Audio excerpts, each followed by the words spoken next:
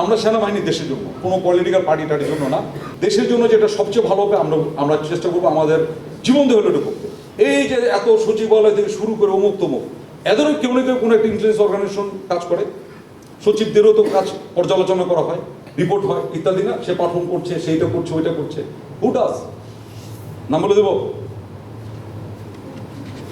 নিশ্চয়ই কোনো একটা ইন্টেলিজেন্স অর্গানাইজেশন করছে, বাট সে অবশ্যই সচিবের অন্তর্গত নয়, সে সচিবের আন্ডারে না, তাহলে তো সম্ভব না এটা।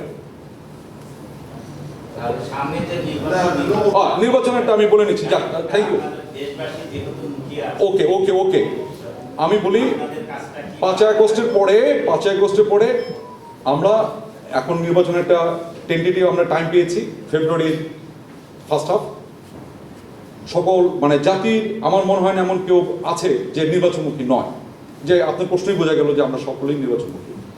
এই নির্বাচনে সেনাবাহিনীর ভূমিকা অন্য যে কোনো নির্বাচনের সময়, যে সাধারণ নির্বাচনে যে সেনাবাহিনীর যে ভূমিকা ছিল তার থেকে অনেক বহুলাংশ বৃদ্ধি পেয়েছে, অনেক বড়। কিভাবে বলি, ওই সময় তো পুলিশ ওয়াজ ফাংশনাল, ওই সময় র্যাব ওয়াজ ফাংশনাল, ওই সময় সিভিল অ্যাডমিনিস্ট্রেশন ওয়াজ ফাংশনাল, ওই সময় অনেক কিছু এখনকার তুলনায় মোর ফাংশনাল ছিল। বাট এই সময়ে আপনাদের internal security, which is very very important for us at this moment in Bangladesh, internal সিকিউরিটির একটা পর্যায়ে যদি বেশি খারাপ হয়, it endangered the sovereignty of any country, not only Bangladesh, any country, any mightiest country of the world. Same internal security একটা limit পার হয়ে চলে গেলে it endangers sovereignty, সার্বভৌমত্ব।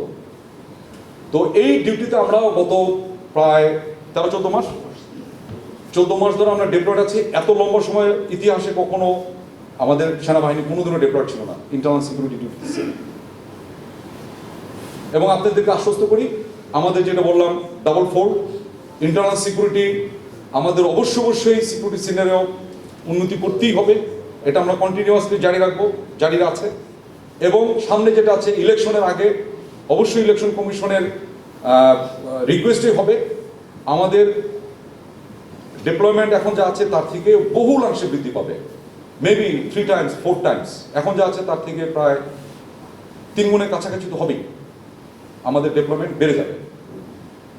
এটা মানে আমাদের ফোরকাস্ট, যেটা আমাদের নির্বাচন কমিশন থেকে অলরেডি বলেছে, এবং এই অনুযায়ী আমরা প্রস্তুতি নিচ্ছি।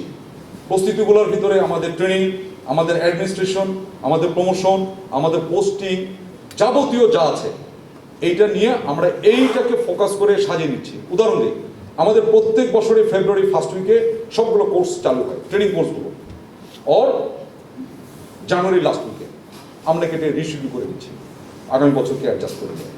এই ধরনের যাবতীয় যা প্রিপারেশন আমরা নিচ্ছি, এর ভিতরে এই আইসিটি ডেফিনেটলি আমাদের জন্য অবশ্যই এটার জন্য আমাদের জন্য অবশ্যই মরাল এফেক্টে অবশ্যই করে। এটা অস্বীকার করবো কেন? অস্বীকার করলে তো বলবে যে এটা অস্বীকার আপনি করতে হবে বিচার করছে না, আমাদের অবশ্যই মরাল এফেক্ট করছে। But at the same time আমি এটাও বলে নিয়েছি, সেনাপ্রধান আমাকে আবারও বলে দিয়েছে, আমাদের সবসময় বলেন, সেটা হচ্ছে will remain stand fast with the justice, even with compromise of or something, but ইনসাফে কোনো করতে হবে না। পলিটিক্যাল পার্টি বলেছে আমি এটা রেসপন্স দিব, এটা আসলে ঠিক হবে না, বাট আমরা সেনাবাহিনী দেশের জন্য, কোনো পলিটিক্যাল পার্টিটার জন্য না।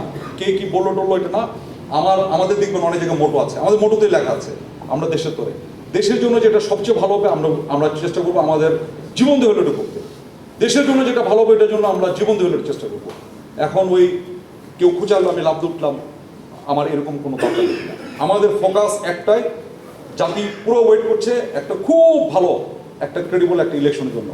আমরা আমাদের আপ্রাণ চেষ্টা করবো একটা ক্রেডিবল ইলেকশন যাতে হয় সকলকে নিয়ে, এবং এটা আমাদের যেরকম দায়িত্ব এটা কিন্তু সকলের দায়িত্ব, আপনাদেরও দায়িত্ব, আমার বাসায় যে বসে আছে তারও দায়িত্ব আছে, সকলের দায়িত্ব এটা।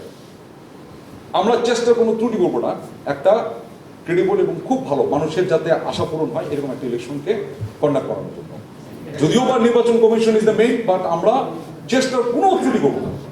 পুলিশকে বলা আছে, পুলিশ যদি তাদেরকে গ্রেপ্তার করে ফেলেন করতে পারেন, বাট আমরা যদি মনে করেন যে কেউ নর্মাল এলপিআরে গেছে, মানে নর্মাল চাকরি রিটায়ারমেন্টে চলে গেছে, লেফটেন্যান্ট কর্নেল এক্স, সে তার এলপিআর মেয়াদ শেষ, তাকে আমরা অপশন দিব, হি ক্যান কাম অপশন, তার জন্য অপশন থাকবে, যেহেতু আমি তো আমার সেনা আইন তার উপরে থাকে না, তার কাছে অপশন থাকবে, সে আমাদের হেফাজতেও আসতে পারে, অথবা আপনার এটা কিন্তু ক্লিয়ার হয়ে নেন, যখনই এই অ্যারেস্ট ওয়ারেন্ট ইস্যু হয় এটা শুধু পুলিশে করবে তাও না, ইন্ডিভিজুয়াল যদি মনে করে কোর্টে যেন হাজির হয়ে গেলাম, মহামান্য আদালত আমার নামে ওয়ারেন্ট ইস্যু হচ্ছে, please charge me, he can do it.